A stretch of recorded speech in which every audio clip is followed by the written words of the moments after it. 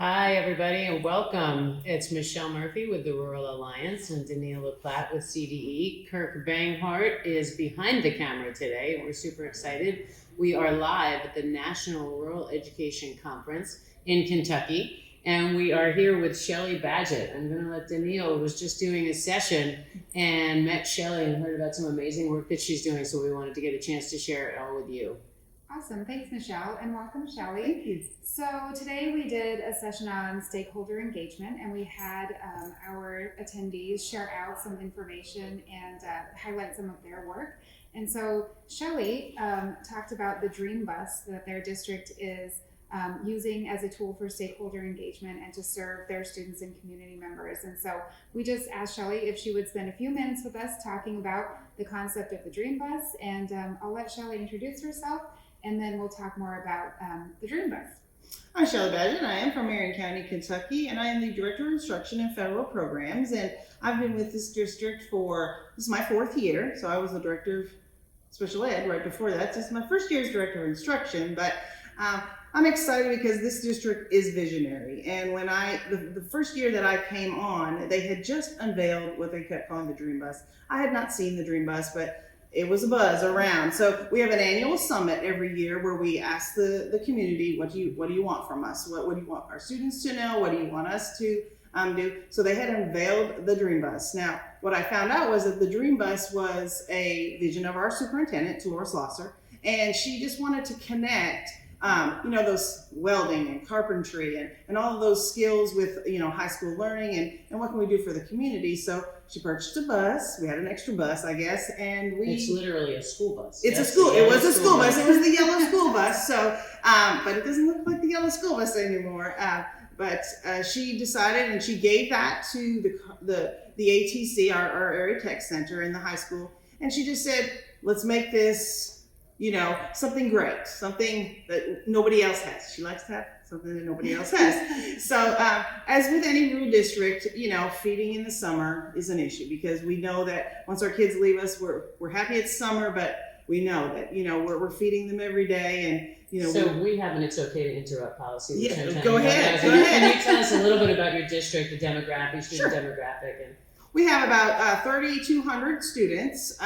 We are kind of in the central part of Kentucky, right that's in the middle, and we have 35 business and industry right with us because when Toyota came and put their plant in Georgetown, a lot of factories came. We had an economic development that was really big on grabbing some companies. So we have 35 business and industry that kind of pair off that, technical and the cars and all that. So other than that, like that, we just have a lot of industry. Like we have more jobs than all of our students can have jobs right Wow. away. So we are about 75% free and reduced. So we struggle with all those same things. We just reconfigured our district because we wanted all means all. So now we had 2 middle schools and we realized that there was not equity. So we decided to do a 6-7 center, an 8-9 center, and then our high school is 10-12. So, and we do have our area technology center, which is right beside our high school. So that kind of helps. So that's kind of what we are. Well, and you were starting to say before I interrupted. It's all right. You were starting to talk about sort of the dream and the need and the why, what the community was looking for in the summer. Yeah, it was just the connection and how do we continue to serve students beyond, outside the box. Summer's summer, but learning still happens. You've got the learning slide and then, hunger. We want our kids to, have all those things they need. So I wasn't there when they first developed the Dream Bus idea, but I believe it came out of let's feed the students. That was the first part. But then with the people that are in our district, it was like, if we're feeding them, why can't we teach them?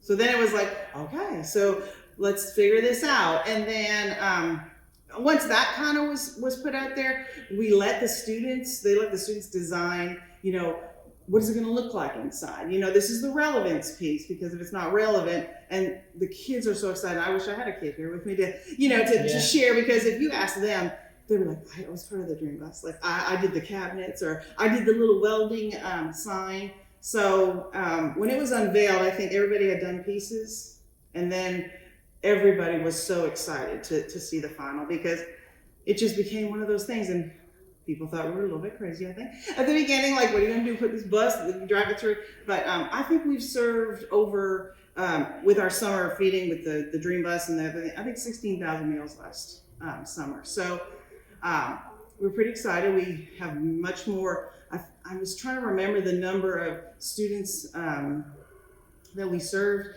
throughout this summer, and I think it was close to 300, maybe 400 that actually came over the whole 8 weeks of, we do 10 stops, 1 in the morning, 1 in the afternoon every day for those 8 weeks in the summer. We feed them through our food director. She's amazing. I don't know if she gets all the food and all that farm to table stuff. But then we have 2 amazing teachers, and I know sometimes we worry, like, these are 2 amazing teachers and they have bought into this kind of learning and they give up their summers, and that's hard to ask teachers. Yeah. But now when that Dream Bus pulls into neighborhoods, parents are coming out, grandparents are coming out, they're interacting with their students, they're, getting, the meal. And it's just become this community piece where the community asked us to kind of figure out, how you blend some things and do those things. And now it is a piece of the community, like they want it in the parade. They want it as that. So now we're just trying to figure out how do we use it more. And one of our principals took it to, like, some brand new students came in and they were like, what are we doing for brand new students when they come? So they did a Dream Bus tour. Well, when that Dream Bus pulled up at their house, they were pretty excited. So I think it's just, sometimes you just gotta think outside the box, and it looks pretty, and it's, if you see it, you can't miss it. It's tie-dye, multicolored Dream Bus plastered all over the side, but it took everybody. The kids did the graphic design, and then we had the wrap, that right. a company in our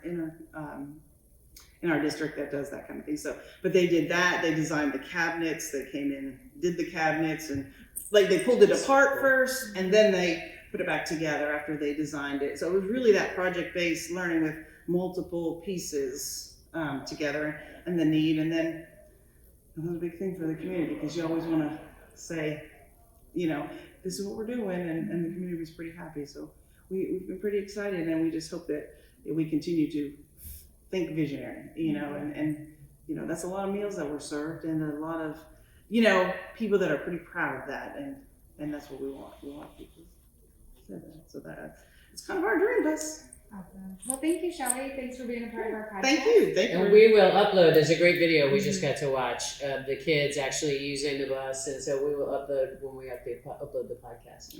Anybody needs any questions, give us a call. We'll put your information up if that's okay. Yeah, that's great. Whatever, I'll be happy. Thank you. Thank you. Okay, we are back and live with Ohio State Superintendent Paolo Dean Lea. He's here to talk about rural innovations that are happening in Ohio, and we're really excited to have him. Thanks for joining us. Oh, I'm happy to be with you. So talk to us about... You guys are doing great stuff in Colorado. Thank you so much. I loved your session today, and I have a lot of respect for the great state of Colorado and all the wonderful things you're doing. Thank you. Well, we know that there are exciting things happening in your state, so Absolutely. If you could highlight some of the rural, the innovative work that's happening in your state, that'd be awesome. Yeah, so there are a couple of things. One is, we recognize that when you're small, sometimes you don't always have the data analytic capacity to really do the kinds of things that you may want to do, or that can happen in more sophisticated settings. So we were recently part of a partnership with Harvard has now the National Center for Rural Education Research Networks. And they went with us in New York for a grant application with the federal government to promote a project they call Proving Ground, which is really meant to be more short cycle sort of prototyping initiatives and gathering data about how effective they're being, and then course correcting and fine tuning those strategies in the interest of continuous improvement. So that grant application was successful. So we now have them hooked up with 20 rural districts, and they're going to focus on sort of chronic absence, but also migrate into other areas of college readiness or what have you. And I'm excited because the work that they've already done in other parts of Ohio have already shown how a little bit of capacity building in terms of data analysis can really have a huge payoff, especially when people understand that, it's because if I can try something and see its impact and then measure it and then try it again or build on it and see more impact, and it creates that that momentum around the thing you're trying to improve, it can really have a tremendous impact on students and on the success of that particular school or district. We've also, we're seeing a lot of partnerships with the business community. And in fact, I was just in the northwestern rural part of the state, and they did a regional, what was called Maker Fest. And they took over the fairgrounds of one of the counties, and they had all these businesses had like booths, but it wasn't a booth just promoting the business. Every business had an activity that stressed something that they value in the workplace. So it was making connections between students and the businesses. So the students emerged with a better understanding of all the businesses in their area, the kinds of skills that they value, but also the reality that living in a rural community can be a place where you can build a family, have a successful life, and enjoy a great quality of life. And so it was business partners, it was education partners, it was community service partners, and a bunch of amazing students. All because the students also were competing in different both academic and career technical kinds of activities. So it was a wonderful kind of day-long event that was really impressive, and you really got that sense that it was building this sense of community belonging, and the fact that all these adults really cared about those kids and their success, and their success in the context of being the future of that community. So those are a couple of things that are happening. That's awesome. Very exciting. Did you have a question? No. Okay. Well, talk to us about what rural looks like in your state. So in Colorado, we have a rural definition. We've identified rural and small rural districts. What does that look like in Ohio? Yeah, I would argue that we probably have a similar sense. It may not be as precise. The state has, for the longest time since I can remember, we have like 8 typologies that we routinely analyze Ohio data around, and we have 8 major urban areas: Cleveland, Cincinnati, Columbus. You can probably rattle off most of them, and then there are the next tier of urban areas, the middle-sized Lima and Springfield and Mansfield, and then you go into like sort of rural, medium income, rural low income, and then there's a couple suburban categories, and so we'll routinely slice and dice our data along those categories, but we have sort of the Appalachian area, and then we have sort of an agricultural, both central and western agricultural areas that kind of constitute the totality of the rural basin. Okay, that's interesting. I think we continue to see that though we have a definition of rural can look different from state to state. Absolutely. And I think that and from district to, Absolutely. Even within a state, you can see different aspects of rural, each one with its own little bit of a nuance about what their particular asset base is and what they're likely to be successful in, and what might be the challenges. So, sometimes the geographic dispersion of population, transportation is a huge thing, getting kids to the right place. Or trying to just figure out how to get a student to a career tech center or to get a career tech program in a particular high school can be really challenging. Whereas in other parts, it's more about access to certain types of I can't support having 15 AP classes, and so what am I doing to try to meet every student where they are and get them what they might want to be participating. So in terms of future rural innovations, what do you see happening in your state? Well, what I love is what this conference is all about, is really bringing rural educators together to share ideas, share practices, build off of each other, learn from each other. Because, I'm a realist about what the state education agency can and can't do, and that the real power and the creative energy is really out there among practitioners. Mm-hmm. So that's why, I love the presentation about Roscoe and creating an early college in a remote area of Texas. And I think to myself, well, there are many more places that could do that. And so I hope they're inspired by that story and they go forth and do that. But it may not work over here, but they may be inspired by something else. I think what we try to foster is this sense of everybody has a responsibility to always be looking for ways to get better. It's like a continuous improvement culture across the enterprise. And what does that mean? And what does that look like? And how do you create the opportunities for rural practitioners to discover new ideas, new options, new opportunities, and then create the conditions at our level to help that be successful? Well, we've definitely learned so much by being here. And one of my favorite things about coming to NFAIR is exactly what you said, sharing our practices, learning about what's happening in other states. And we've definitely learned so much from you today, so we thank you for being our guest. No, happy to do it. And again, let's keep sharing, and because we'll all benefit, and if we work together, we're always stronger. Thank you. absolutely.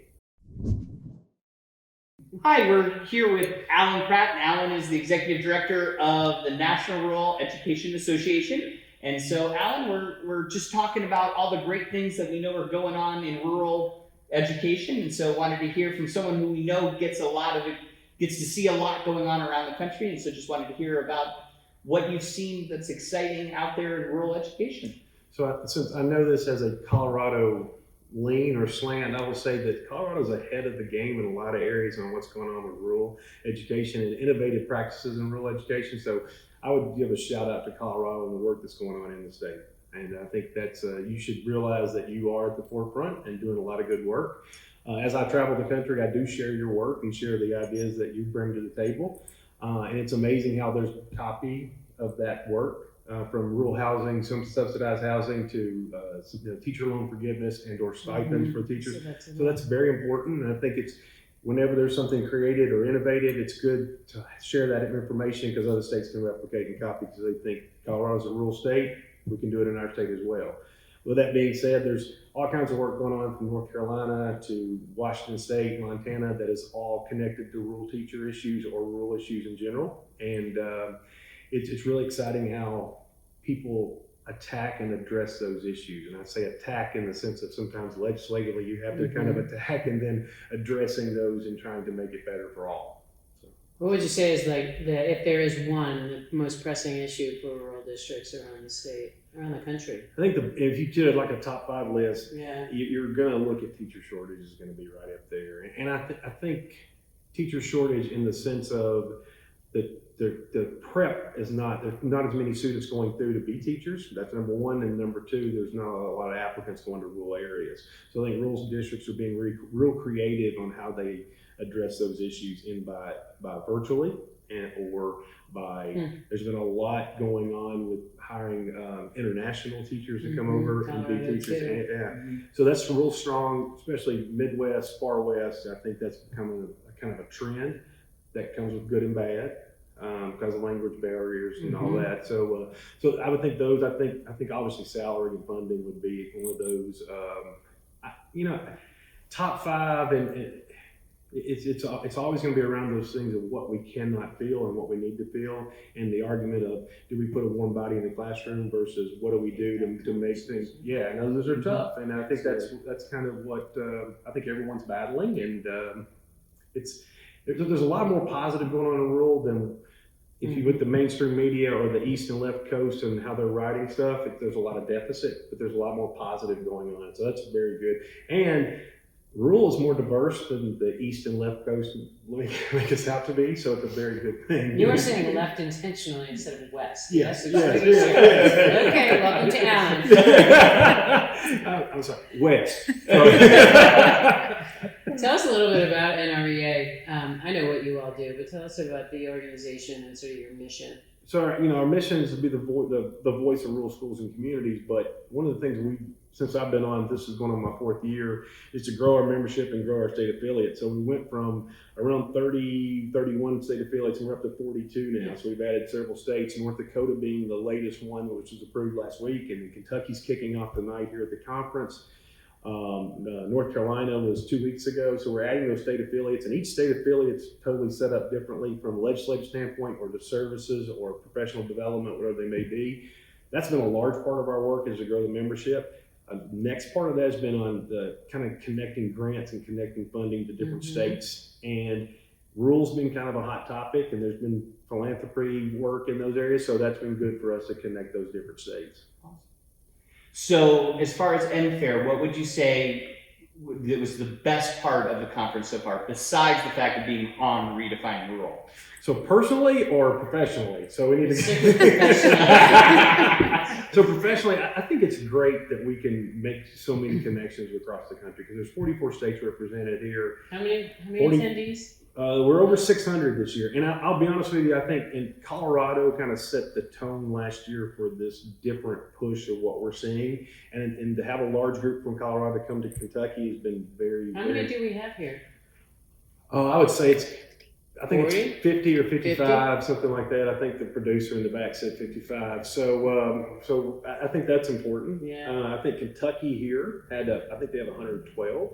So if you look at the numbers of local 112, which is a good number, you're close to over half of those. So that's good. I think for us is the format changed when we did the TED Talk and to aligning those speakers to what is needed and what is kind of current and rural. It's been a big shift, and I think that's been a positive. We've seen a lot more proposals and just around what is needed and what is actually being kind of viewed as important in rural communities. So that's the best part of it for us. We were excited to see the lunch speaker today highlighted Silverton and the great work going on there around expeditionary That's good. learning. That was super exciting. Yep, absolutely. Well, thank you so much, Alan, for your time, and we know you get to go kick off the Kentucky group. And I hope to be in Colorado soon. We're going to do some school visits. So Great. I'll be Excellent. back. Awesome. Yeah, thank you. Thank you so much. Thank you.